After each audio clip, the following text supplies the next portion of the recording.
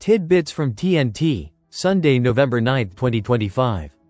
Listen to the full version on the official dinarreport.com blog and become our supporter on Patreon. Tishwash. Al-Sabri. The next parliament is required to legislate the oil and gas law.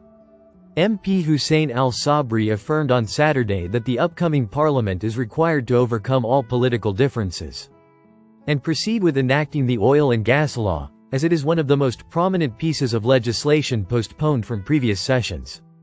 Al-Sabri told the information agency that engaging the law will establish a clear legal framework for managing oil and gas resources and guarantee the rights of all parties, thus enhancing fairness in revenue distribution and reducing ongoing disputes.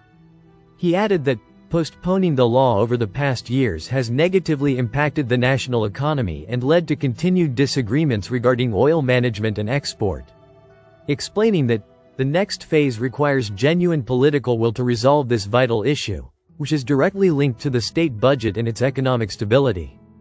Tishwash. Iraq avoids budget deficit thanks to one factor.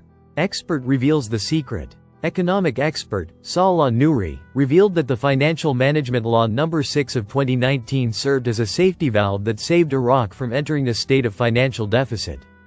By addressing cases of delay in approving the federal general budget law or its failure to be approved on the specified dates, Nouri told Al-Farad news agency that the Financial Management Law has addressed several cases related to the approval of the federal general budget law, noting that Article 13 stipulated clear procedures to ensure the continuity of spending even if the budget is delayed beyond December 31st of the year preceding the year in which it was prepared.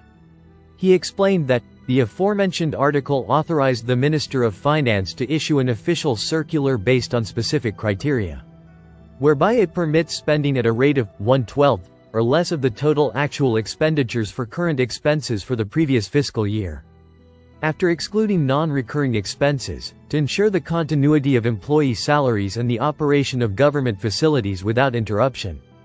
Nouri added that the same article allowed for spending from the total annual allocation for ongoing investment projects whose allocations were included during the previous and subsequent fiscal years, according to the actual completion rates or completed stages of preparation, with the aim of preventing the suspension of projects under implementation.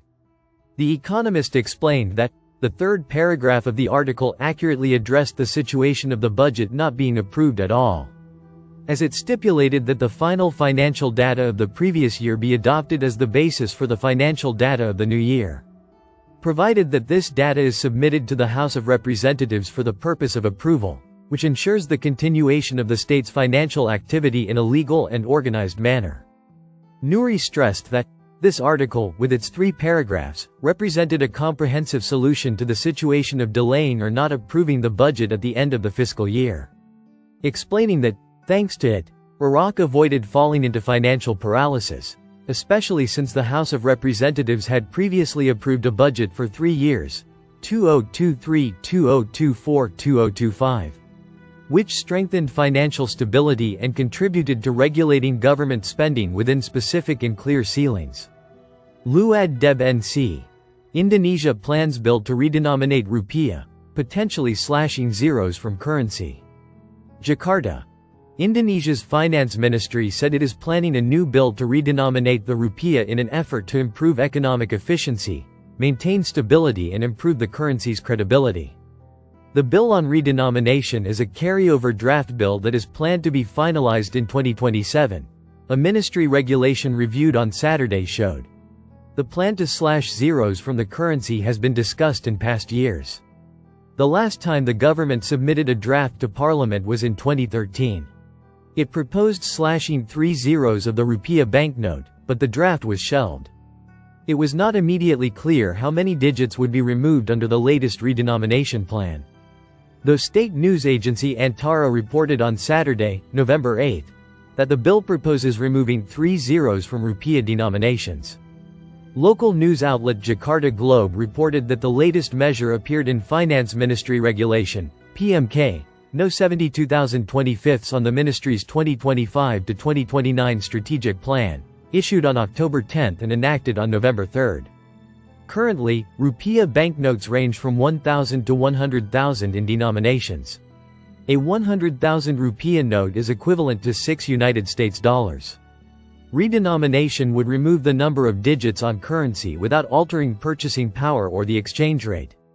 In 2023, Bank Indonesia said it was ready to implement redenomination, but had not yet found the right timing.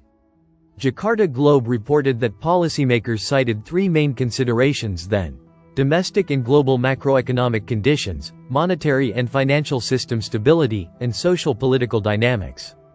On the last point, the central bank reportedly emphasized that redenomination is not devaluation, but the public could still be cautious given past experiences with inflation and currency crises. Listen to the full version on the official dinarreport.com blog and become our supporter on Patreon. Source: dinarrecaps.com